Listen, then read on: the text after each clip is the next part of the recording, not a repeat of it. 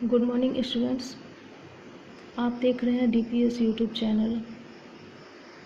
तो पिछले क्लास में हम लोगों ने टॉपिक जो शुरू किया था फिलॉसफी एंड एजुकेशन, तो उसमें हम लोगों ने पढ़ा था डिफिनीशन ऑफ फिलॉसफी तक। आज उससे आगे हम लोग पढ़ेंगे scope and subject matter of philosophy, यानी कि दर्शन का अध्ययन क्षेत्र व विषय वस्तु। तो इसमें अध्ययन क्षेत्र में, दर्शन के अध्ययन क्षेत्र में संपूर्ण ब्रह्मांड और उसकी क्रियाओं का वास्तविक खोज सम्मिलित है।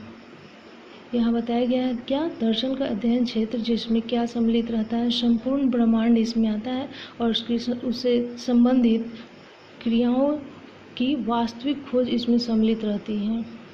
यानी कि ब्रह्मांड में जितने भी क्रिया होती है उससे सारी चीज़ों का इससे संबंध रहता है।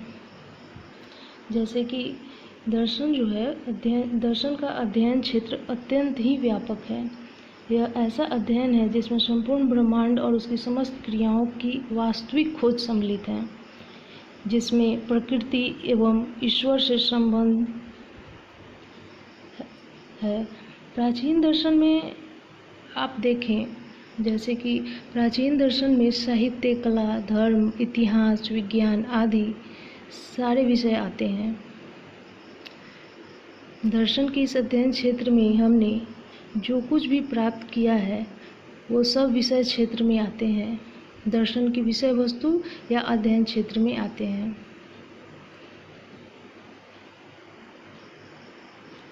तो हम यहाँ पे देखेंगे दर्शन के अध्ययन क्षेत्र को मुख्य रूप से 3 भागों में बांटा गया है। तो अध्ययन क्षेत्र के बारे में जानने के लिए भिन्न भिन्न प्रकार के प्रश्नों के उत्तर प्रदान करने के लिए हम कुछ अध्ययन क्षेत्र के भागों को विस्तार से जानेंगे। जैसे हम सबसे पहले यहाँ जानेंगे क्या, तत्व मीमांसा, यानी कि मेटाफिजिक्स।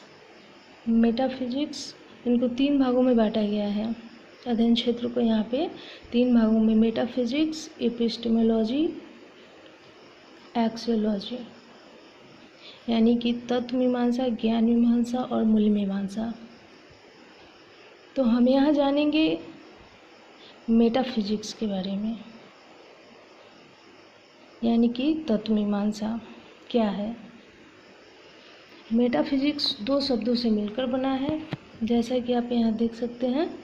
मेटा यानी कि बियॉन्ड और फिजिक्स यानी कि नेचर, यानी कि बियॉन्ड नेचर, प्रकृति से परे क्या है, सत्य क्या है, ये बात करता है। सत्य क्या है, वास्तविकता क्या है, अंतिम सत्ता किसकी है, प्रत्येक घटना का कारण क्या है, ईश्वर है या नहीं, इन सारी बातों पर ये प्रश्न करता है। मेटाफिजिक्स इन सारी चीज़ों पर अपने विचार प्रस्तुत करता है और इन सारी चीज़ों के बारे में वह जानने की कोशिश करता है। अब आगे देखेंगे हम एपिस्टेमोलॉजी।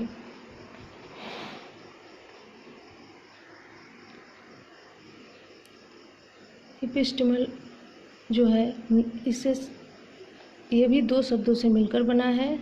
एपिस्ट में यानी कि नॉलेज और लॉजी यानी कि साइंस, साइंस ऑफ नॉलेज, यानी कि साइंस ऑफ नॉलेज यानी कि ज्ञान का विज्ञान।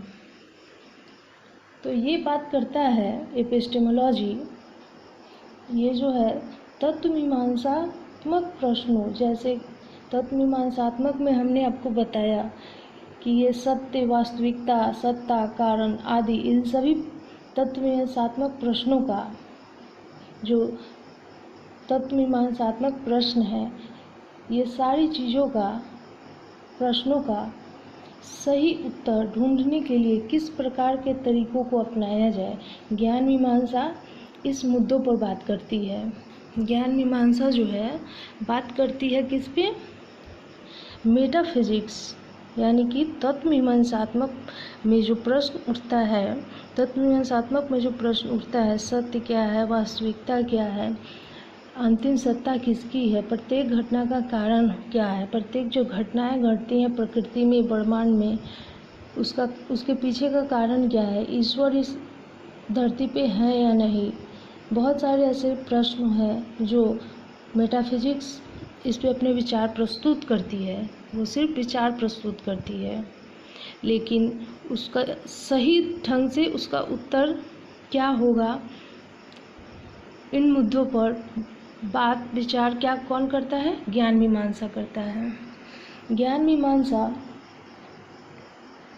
इन सारी समस्याओं का अध्ययन करता है, जैसे कि ज्ञान क्या है, ज्ञाता और ज्ञेय में क्या संबंध है, ज्ञान की सीमाएं क्या हैं, ज्ञान के स्रोत क्या हैं, ज्ञान का क्या स्वरूप है, ज्ञान की प्रक्रिया क्या है, ज्ञान का विज्ञान और दर्शन से क्या संबंध है। ऐसे बहुत सारे प्रश्न हैं जिन पर ज्ञान मीमांसा विचार विमर्श करती है और उनको सही ढंग से प्रस्तुत करने की कोशिश करती है। अब तीसरा आता है एक्सियोलॉजी, यानी कि मूल मीमांसा। मूल मीमांसा क्या है, ये दो शब्दों से मिलकर यहाँ बना हुआ है। देखिए, एक्सियोस यानी कि वैल्यू, लॉजी यानी कि साइंस, साइंस ऑफ वैल्यू यानी कि मूल्य का विज्ञान। तो मूल्य क्या है, यहाँ पे मूल्य क्या है, ये प्रश्न उठता है यहाँ पे, मूल्य क्या है। तो मूल्य क्या है, यहाँ पे बताया गया है, सत्य अहिंसा अपरिग्रह, सत्य अहिंसा अपरिग्रह, अस्तेय, ब्रह्मचर्य, शुचिता, सहयोग, सहकारिता, ये सारे मूल्य हैं जो इन सब मूल्य के बारे में विचार प्रस्तुत करते हैं। मूल मीमांसा इन पे बातें करती हैं। मूल मीमांसा ज्ञान के चयन के लिए आधार प्रदान करती है।